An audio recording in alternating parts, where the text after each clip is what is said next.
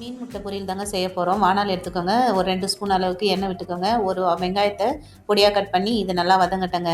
நார்மலாக நான் மீன் முட்டைலாம் வந்து செய்ததே கிடையாதுங்க. அது அப்படியே வேஸ்ட்டாக தான் தூக்கி போட்டுருவேன். நான் வந்து இப்போ செய்யலான்னு முடிவு பண்ணியிருக்கேங்க. கொஞ்சம் போல் இஞ்சி பூண்டு பேஸ்ட்டு இதே நல்லா வதங்கட்டங்க. இப்போ வந்து இந்த மீன் முட்டையே சேர்த்துக்கலாங்க. செனைன்னு சொல்லுவோம் இல்லைங்களா, அதுதான். இது வந்து வஞ்சிர மீனோட செனைங்க. அவ்வளோ சூப்பராக இருக்குங்க. இது நல்லா வதக்கிக்கிட்டே இருக்கட்டும். ஏன்னா அடியில் கொஞ்சம் ஒட்டுங்க, ஆனால் சூப்பராக வந்து உதிரி உதிரியாக வந்துடும் நமக்கு. இதை நல்லா கை விடாமல் வதக்கி விட்டுட்டே இருங்க. இந்த மாதிரி ஸ்டேஜில் நம்ம மசாலா ஆட் பண்ணிக்கலாம். கொஞ்சம் போல் மிளகாய் பொடி போட்டுக்கோங்க. லாஸ்ட்டில் நம்ம மிளகு தூள் போட போகிறோம், அதனால் கொஞ்சமாக மிளகாத்தூள் போட்டுக்கலாங்க. செனையெல்லாம் நான் வேஸ்ட்டாகவே கீழே போட்டிருக்கேங்க. இப்போ வந்து ஒரு முட்டையை சேர்த்துக்கலாங்க. இது வந்து நாட்டுக்கோழி முட்டை. இதோட கொஞ்சம் சால்ட்டு நம்ம ஆட் பண்ணிட்டோங்க.